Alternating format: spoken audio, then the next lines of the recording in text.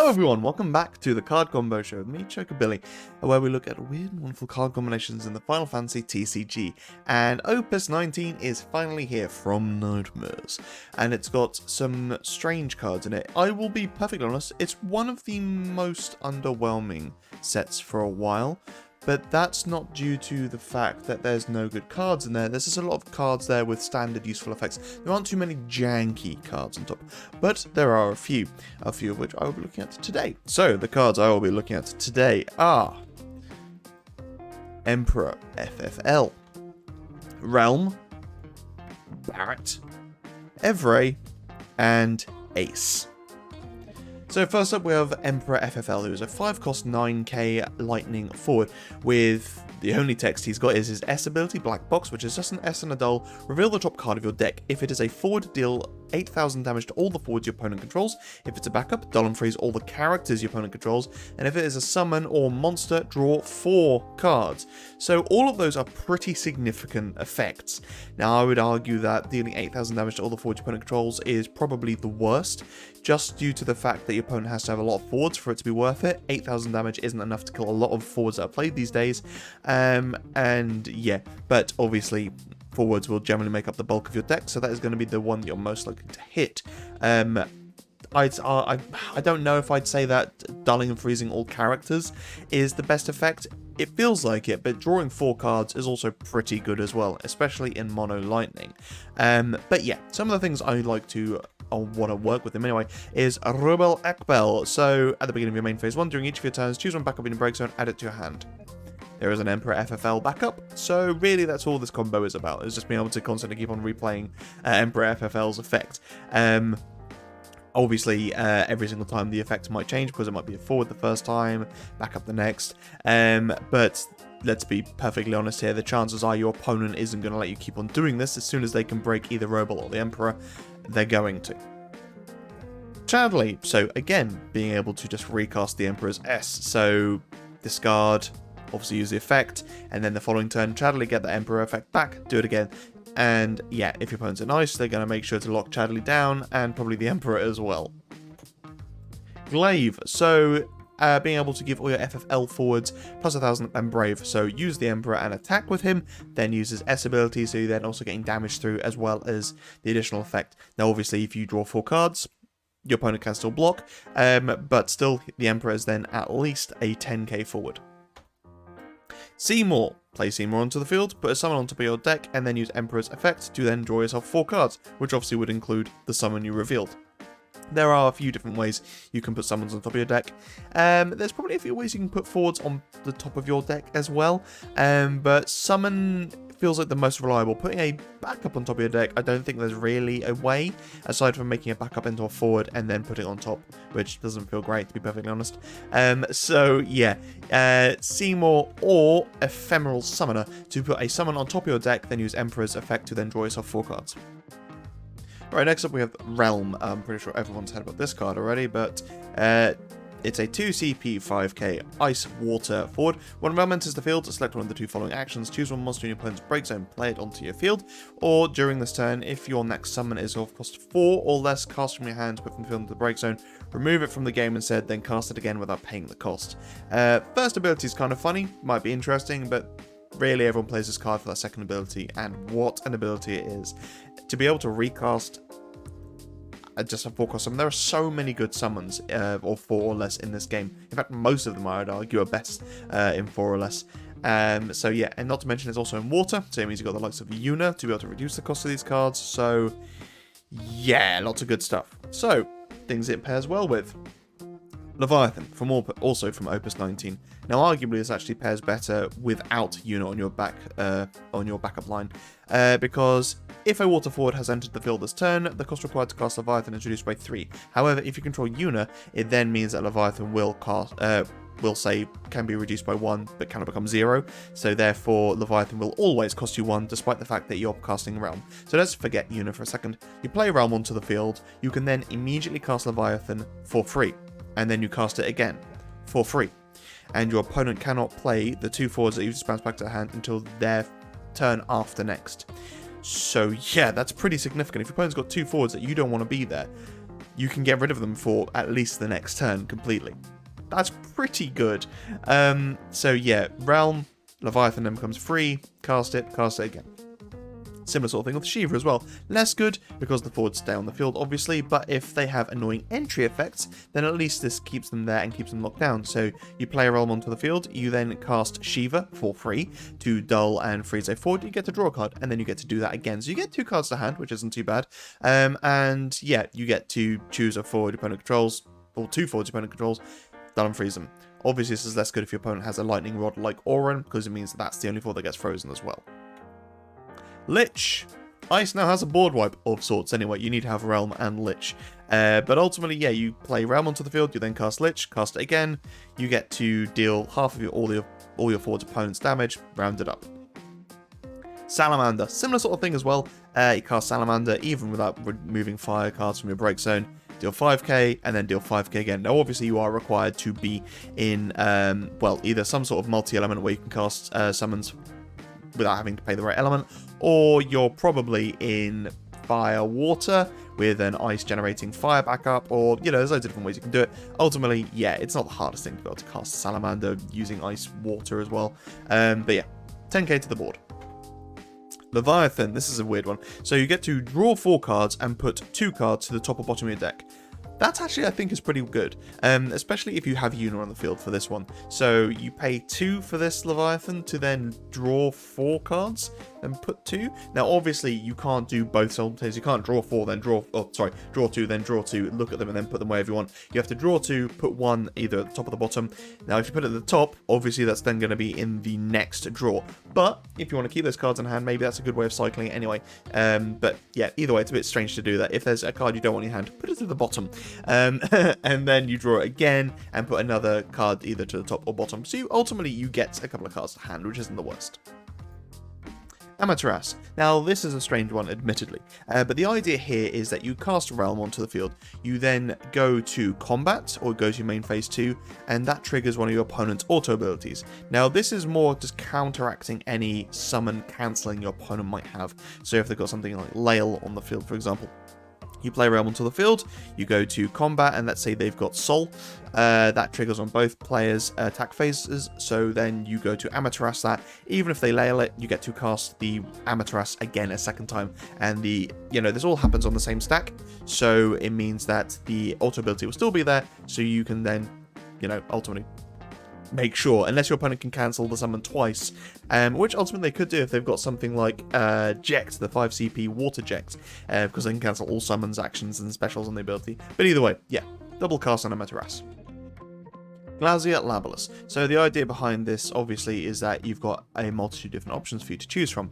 Now, if you were to dull and freeze 2 forwards, I mean, that's basically the same as a Shiva I mentioned earlier, apart from the fact you actually have to pay for this summon. But what you can do is make your opponent discard 2 cards, which isn't too bad, and you could also freeze a forward, discard a card, and then dull a forward, and deal another dull forward 7k. But what you actually could do is you cast Glacier Labellus and you choose a forward, dull it, make your opponent discard a card. Glaz, once it resolves, then goes into the break zone. It's at that point that Relm's effect will re-trigger to then recast the summon. You can then deal 7k to the forward you previously dulled, the first class to Glaz, and then maybe also make your opponent discard another card, or just dull out another forward, freeze a forward that is already dulled. There's a few different things you can do, but ultimately this is one of the few ways that you can cast Glaz, dull the forward, and then the following summon then deal at 7k, which, that's actually a small proportion of summons these days, of forwards, sorry, that actually have a power of 7k, but still is a possibility. You can dull it, discard, come back, recast the summon, 7k to that forward you just dulled, kill it, discard again potentially. Terra. Yeah, being able to cast a ice summon twice means you get to trigger Terra twice, which means when you cast a summon, choose up to 1 forward and up to 1 backup, dull or freeze the former, and dull or freeze the latter. So it means you can completely dull and freeze both forwards and backups, or you can freeze out 2 different backups that were already dull and 2 different forwards that are already dull. Yeah, and not to mention the fact that you've also got the effect of the summon as well. So again, it could be Glaz, for example, and you dull out a forward, make your opponent discard a card, and then you get to dull a forward through the summon, then you can freeze the forward through Terror, and then freeze a backup through Terror, and then you do it again, and yeah, there's just loads of really cool ways to be able to combo Relm with Terror, and then whatever summon you're casting as well. Rydia. Why pay for the summon at all? When you've got Rydia on the field, you've got 2 counters on her, costs 2 costs. I mean, Ice, Water, obviously you have to be an Earth as well, so, I mean, but that doesn't really matter. You could be an Earth, Water, Earth, Ice, and then just pay for the element you're missing for Relm. But yeah, really, really easy to be able to get Rydia to 4 counters. Probably Water, to be fair, so that way you're in one of the twins elements as well, so that way you can have Relm on the field. But yeah, Rydia, get her to 4 counters, cast a summon for free, put it into the break zone, recast it through Relm. Pretty good. Mystic Knight, obviously the most OP of the forwards on this set. On this video, sorry. Yeah, reduce the cost of your ice summons by 1. So cast your, I don't know, Glaz for 2. But ironically, similar to what I mentioned previously, is that if you wanted to use a summon which cost can become 0, if you had this on the field, you'd then have to pay 1 because it cannot become 0.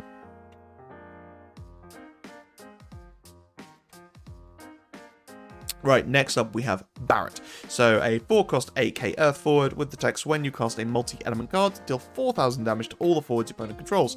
And then when Barret is put from the field into the break zone, choose 1 forward other than card named Barret in your break zone, add it to hand. Really good card. I mean, the recurrence is a nice effect anyway. Also, a side note is that the 7 forwards in this set, I think most of them anyway, are actually job warrior rather than Avalanche Operative or Merc, for example. Same as the Cloud, he is a warrior. But yeah, so yeah, a multi-element field, deal 4k to the field, which is pretty good. Billy Bob, I mean, yeah, you play Billy Bob onto the field, get a forward back to your hand, then deal 4k to the board. If Barret dies, you can get back Billy Bob to then play Billy Bob to then get back Barret. You know, there's loads of good ways that these cards will work together. But Billy Bob already worked with Riku, who gives you multi-element backups. So yeah, you play Billy Bob, you get a card back from Billy Bob, a card back from Riku. Barret on the field, you then deal 4k to the board, then play one of the forwards you might have just got back with either of the 2 other forwards. And yeah, just a fun little engine to do lots of fun things with. Barsh, you play Barsh onto the field, and I mean, you don't really need to say much more, do you? Just play Barsh onto the field, that triggers Barret. You probably go get a fire forward or fire something to then play onto the field to kill your opponent's board. The new Luneth, you could, for example, deals 5k to all the forwards your opponent controls. There's the old OPUS 1 Sage, which deals 3k to the board. There's loads of different ways you can be able to do this. Probably Adelard, maybe. You want to get Adelard before you've even got Barret on the field to be able to double what Barret would do. There's just so many good things. But yeah, ultimately, fire pairs very, very nicely with this Barret. Sonon, yeah. I mean, Barret's on the field, your opponent tries to attack or something, you play Sonon onto the field, deal 4k to your opponent's board, and then you can choose a forward that isn't attacking, for example, and then that loses 5k power, so you then dealt 4k to probably only a 4k forward, and then you also get to buff Sonon as well, and then block with him, and the chances are Sonon will survive, and the forward that has attacked will die because it's taken 4k damage, and then whatever Sonon's power is at the end of the combat. So yeah, not too bad. Right, next up we have Evrae. This is a really stonking good card. It might seem very innocent and simple because it's only choose 1 backup, reactivate it, and it's only on your turn, but being able to pay 0 to activate 1 is really, really good. It should not be underestimated because that means any backup with just a dull effect you can use twice. Just being able to pay another or play another 1 cost onto the field, which in Wind there are lots. Yeah, just fantastic ability. Being able to have Evrae and a Tomos on the field, you, I don't know, play 1 for Evrae, reactivate the backup, pay 2 to then play Ochu. You can then reactivate 4 backups with the Tomos and 2 through the Ochu. It's just, oh, there's so many good things. But anyway, I digress. Althea. So this is kind of funny. You can dull Althea to choose a forward, return to your hand. On the stack, use Evrae to reactivate Althea. You then use Althea again to return a different forward to your hand. But this also works nicely if your opponent's trying to get rid of forward. If you say Althea, I don't know, Luso, and your opponent's like, no, I'm going to kill Luso before it goes to your hand, use Evrae, reactivate Althea, use Althea again. So your opponent has to have 2 means of breaking something because you have 2 means of returning to your hand. And fun fact, if you do choose 2 separate forwards with Althea's effect, both come back to hand. Yeah, because Wind needed that. I'll handle him. Yeah, so we'll go a bit more down the niche rabbit hole here. Being able to deal 2,000 damage to all the forwards your opponent controls. If you have both Chelinka and Yuri on the field, you could have the Chelinka backup and the new Yuri forward that has some forms of protection. Could be quite fun. Or just ultimately be able to deal 4k to just one forward, as long as you have a Chelinka or a Yuri. Edward, just being able to remove 2 things from your opponent's break zone. Maybe you want to remove something, they then try to get it back to hand, use Evrae, reactivate Edward, make sure you get rid of it. Scholar, being able to dole 2 things out using Scholar's effect as well. That's the best thing about Evrae, is that it will pay dividends so quickly, especially if you have lots of backups that have just these standard effects. And yes, I have obviously omitted Chocolate because, well, it's Chocolate, it's obvious. But yeah, being able to cast a summon and then use Scholar again just to move things out of the way. It's not too shabby. Gestalian Empire Sid. So this is a weird one. Obviously, you can increase the counters on a monster by 1 using his effect. So I'm just going to go through some of the monsters that this might be quite funny to pair with. So the idea in my mind's eye is maybe being in a water ice monster deck, using Gestalian Empire Sid and probably Relm to be able to do search and play monsters. Relm can search Evrae and then some other 2-cost monsters or something else. So Dandrine. You can play Dandrine onto the field. It immediately gains a counter. And then you can use Gestalian Empire Sid to give it 2 counters. You can then use Evrae to reactivate Gestalian Empire Sid, then make Dandrine immediately on 3 counters, put Dandrine into the break zone, choose 2 forwards, dull and freeze them. That's not too bad for dulling 1 backup and then playing Dandrine onto the field. I mean, ultimately, I guess that's 4 CP, because you have dulled Gestalian Empire Sid twice, technically, the 1 CP for Dandrine, and then Dandrine being a card from your hand. Mandragora. Play Mandragora onto the field. So this could be, for example, a good Relm target. You bring in Evrae, you bring in Mandragora. Mandragora immediately gains a counter. You then use Gestalian Empire Sid, put it to 2 counters. Evrae, Gestalian, Mandragora, break a backup. Use Go-Go with that, break 2 backups, and you're in the right element with Gestalian Empire Sid. Yes, I am secretly brewing this deck in my head, and I really want to play it. Yeah, back onto other backups now. Vanille. Again, a really good pairing for this card, because choose on summon. If your opponent doesn't pay 2, cancel its effect. Obviously, you can use that effect twice, which then means your opponent has to pay 4, effectively. Now, obviously, you can only use Evrae on your turn, not during your opponent's turn, but it means combat tricks become a lot harder for them, especially if you've got Vanille and, say, Lael on the field as well. So it's like, I'm going to make you keep on paying for this, and then I'm going to Lael anyway. You know, that's pretty disgusting. But yeah, being able to Vanille potentially twice during your turn is really nice. Neo, you can choose 2 forwards, give them Brave. Obviously, the same applies to Gabranth as well. Or you can choose 1 forward, give it 2 separate jobs. Potentially might work quite nicely if you're running something like, I don't know, the old Opus 3 Barts, I think. But either way, choosing something, giving it a job. Similarly, maybe for the Opus 18 Barts, you could do that with as well, so it gains more power through other shared jobs. But yeah, ultimately give 2 forwards Brave is the idea here. Larsa, negate all damage to the forwards you control. So this is if your opponent responds to you using Larsa's effect. They try to then kill a forward that might have taken damage through a block. You then use Evrae to reactivate Larsa to then use Larsa's effect. Larsa has a really strong effect because negate all damage to the forwards you control. It's not reducing the damage, it's negating. It's completely clearing it. So it means it gets around certain effects like BFA, for example, or Kuchaswal, because the damage isn't being reduced to 0, it is just being negated, which is different. Geomancer. Look at the top 2 cards of your deck and shift them around if you want. Simple as that. Anyway, Ace.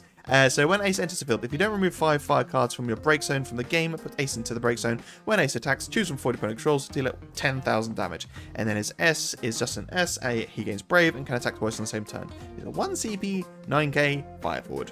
Pretty strong. Obviously, you need to be in some element of fire to play him, but still really strong. And in mono fire, really easy. Even in dual element, that's still pretty easy to do. So Bart's is my first thought, being able to have Bart's potentially either search him or just play Bart's onto the field, followed immediately by Ace to then give Ace haste.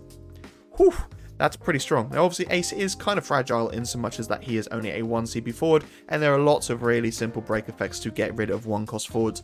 But still, chances are it will always cost your opponent more, and if they don't get rid of him, he's going to start doing a lot of damage quickly. But yeah, having Bart's on the field, maybe Bart's Boko, party attack with them, go search yourself an ace, play him onto the field, and you're away.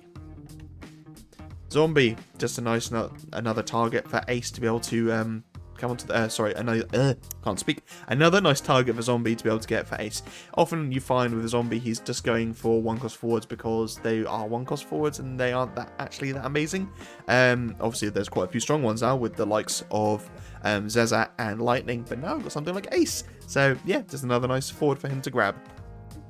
Zande, and another nice forward for Zande to play onto the field. Again, in mono fire, there aren't that many good ones. There was, I forgot her name now. Oh, it was on the tip of my brain. There was the old school Vivi. There was, what's his name? Naji, I think it was. There was Ilua, there you go. Ilua as well, but again, Ilua wasn't great because you've probably dulled all your backups to play Zande.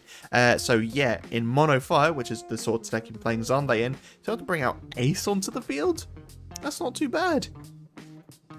Zydo. Just use Zydo to give Ace first strike and haste. Pretty simple, really.